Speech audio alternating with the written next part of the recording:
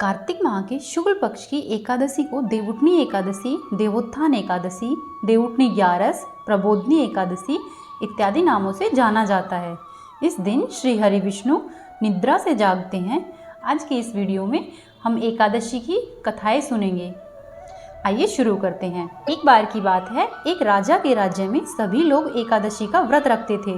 प्रजा तथा नौकर चाकरों से लेकर पशुओं तक को एकादशी के दिन अन्न नहीं दिया जाता था। एक दिन किसी दूसरे राज्य का एक व्यक्ति राजा के पास आकर बोला कि महाराज, कृपा करके मुझे नौकरी पर रख लो।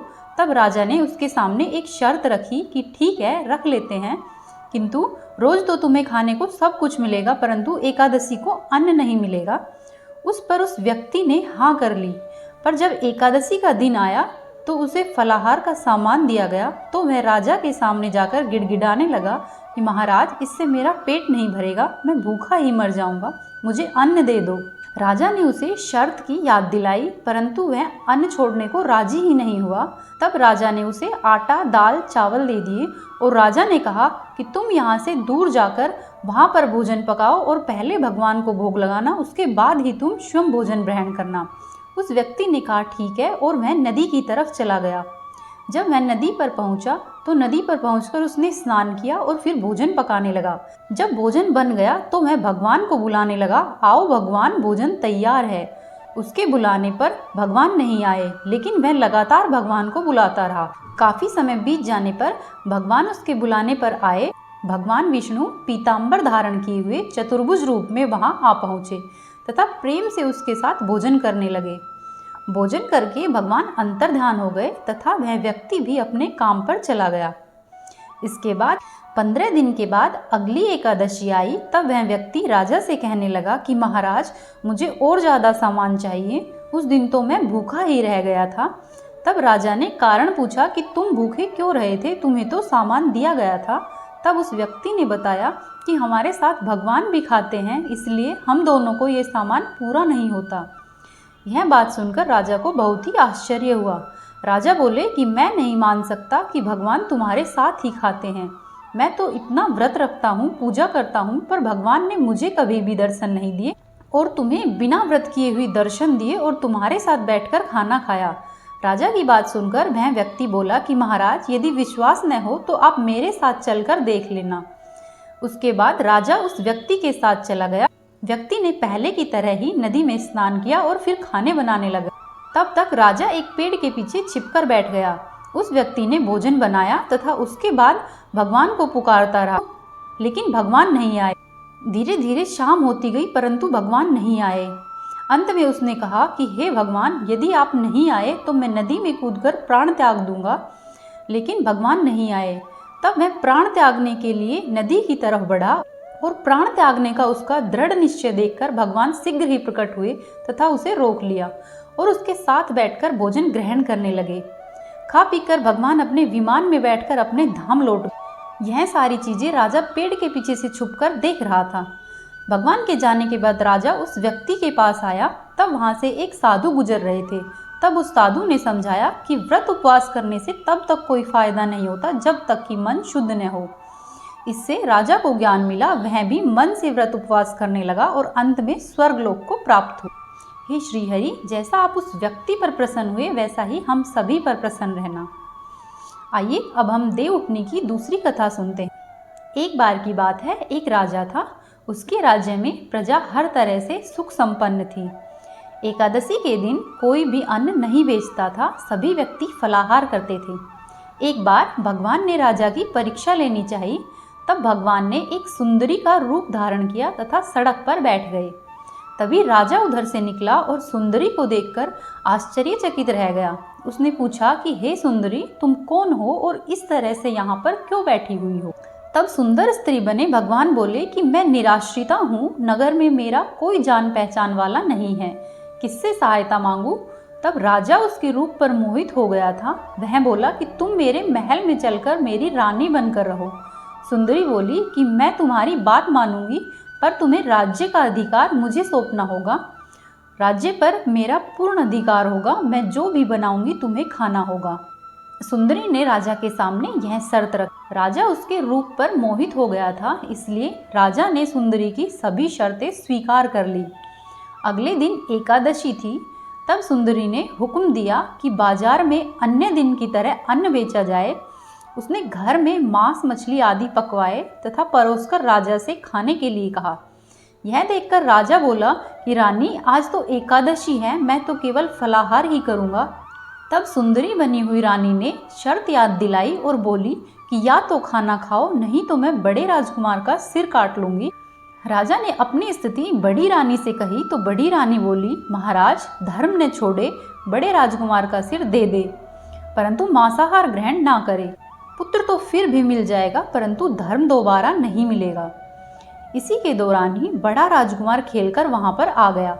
माँ की आंखों में आंसू देखकर वह रोने का कारण पूछने लगा तो माँ ने उसे सारी बातें बता दी। तब वह बोला कि मैं सिर देने के लिए तैयार हूँ, पिताजी के धर्म की रक्षा होगी और जरूर होगी।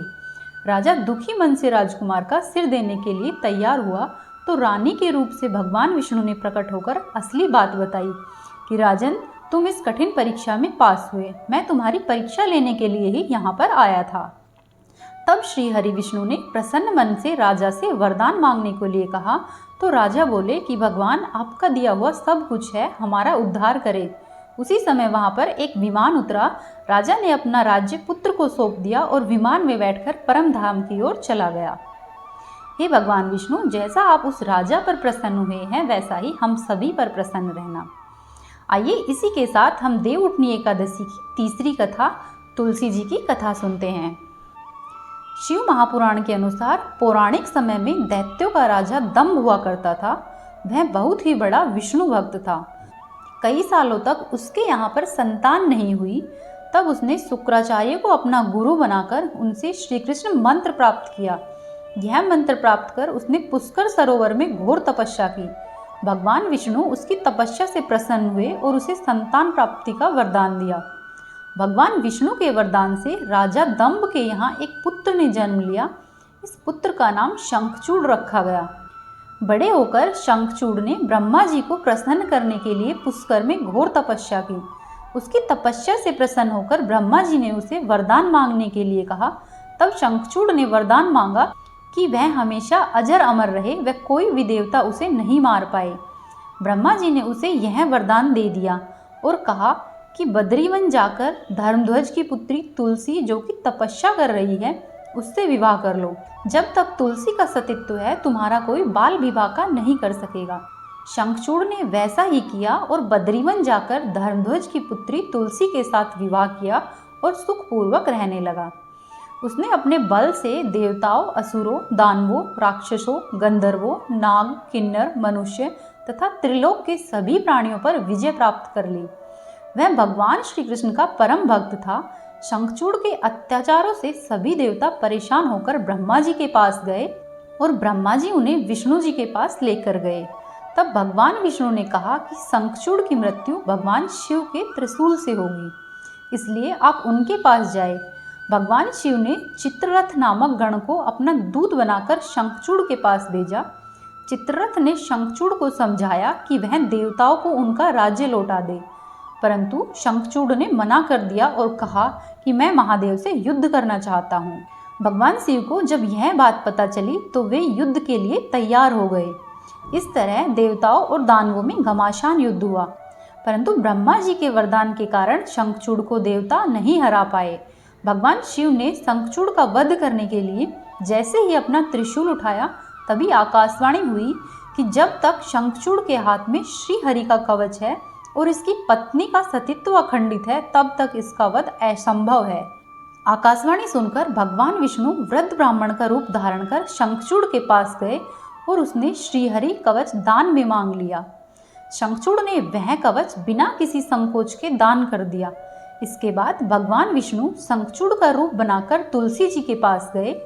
शंखचूड़ रूपी भगवान विष्णु ने तुलसी जी के महल के द्वार पर जाकर अपने विजय होने की सूचना दी।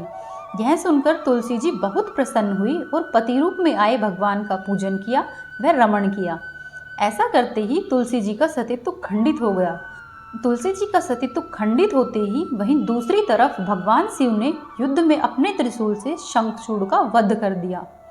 इसके बाद जब तुलसी जी को पता चला कि ये उनके पति नहीं है बल्कि ये तो भगवान विष्णु हैं, तब क्रोध में आकर तुलसी जी ने भगवान को श्राप दिया कि तुमने छल पूर्वक मेरा धर्म भ्रष्ट किया है और मेरे पति को मार डाला, इसलिए मैं आपको श्राप देती हूँ कि आप पत्थर के होकर धरती पर रहोगे।